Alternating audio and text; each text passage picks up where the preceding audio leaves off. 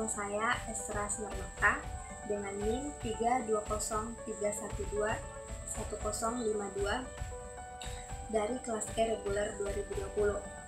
Di sini saya ingin menjelaskan isi dari buku India, Bangkitnya Raksasa Baru Asia, Calon Pemain Utama Dunia di Era Globalisasi kepada perwakilan orang tua saya, yaitu ayah saya.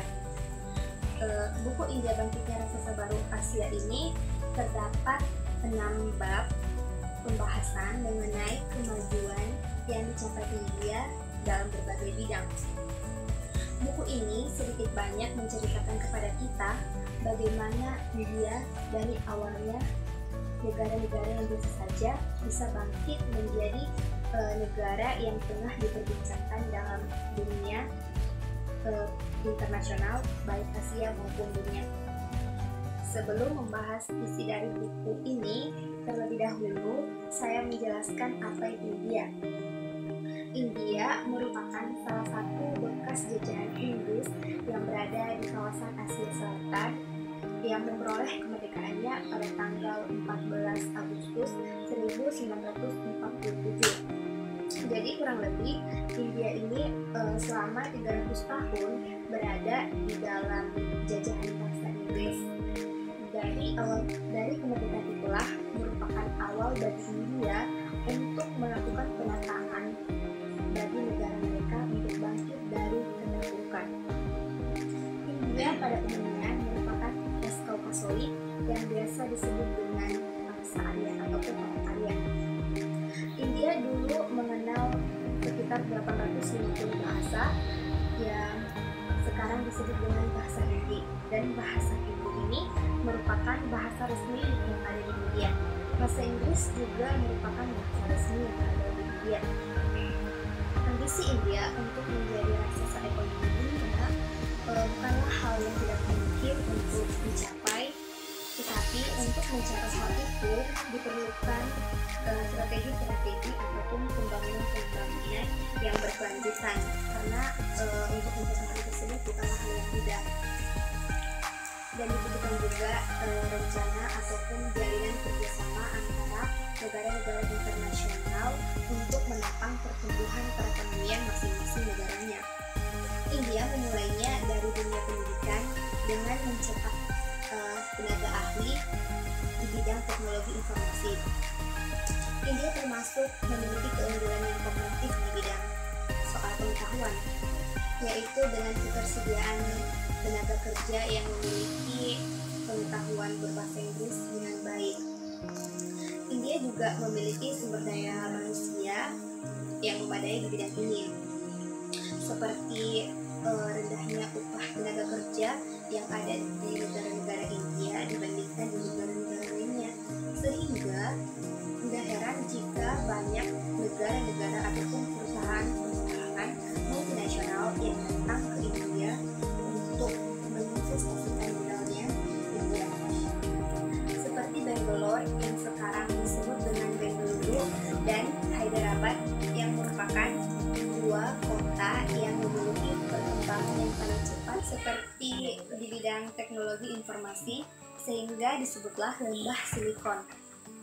Adapun sektor lain yang memicu perkembangan ekonomi India yaitu seperti industri otomotif seperti TVS Motor Company dan Bajaj yang merupakan dua merek kendaraan yang telah memasuki perkembangan ataupun yang telah memasuki pasar Indonesia. Ada juga farmasi dan tentunya industri perfilman.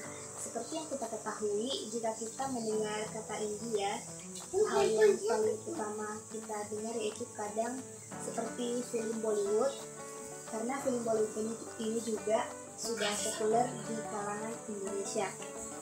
Perindustrian perfilman ini juga merupakan salah satu komponen penting dalam kemajuan di India, karena kemajuan perfilman di India semakin meningkat, terlebih lagi karena adanya modernisasi yang ada di India, seperti teknik editing, pencetakan suara maupun alat perekam. Kemajuan yang dicapai India ini tidak terlepas dari liberalisasi ekonomi yang diberlakukan pada tahun 1991. Liberalisasi ekonomi ini mengakhiri adanya monopoli dan mengizinkan investor asing untuk menggeluti di bisnis domestik. Sektor lain yang memicu perkembangan ekonomi India juga yaitu di bidang teknologi dan pertanian.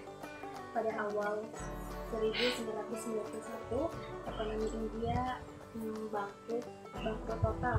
Malah saat itu India sangat kritis. Tetapi India tidak menyerah, mereka terus melakukan pertumbuhan ekonomi. Sehingga sampai saat ini India maju dari keterpurukan dan terus mengalami pertumbuhan perekonomian dengan meyakinkan. Begitu juga dalam sektor pertanian.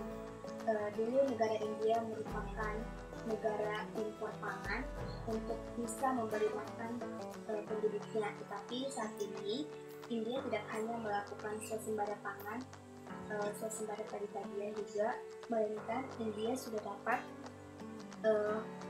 menimbun stok jumlah pangan yang fantastis, termasuk gandum dan juga padi-padian.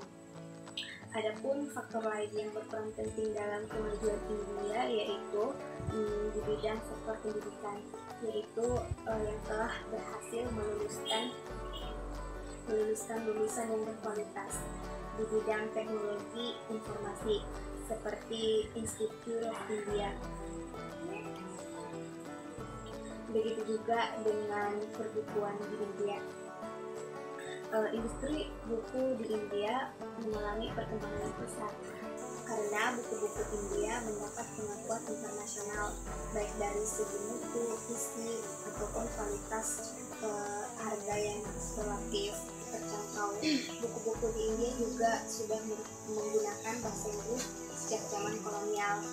Jadi selain mengupas sisi positif dari buku ini, di dalam buku ini juga menghadirkan sisi gelap yang masih dialami India, yaitu seperti dampak polusi yang masih terjadi yang disebabkan oleh limbah industri elektronik.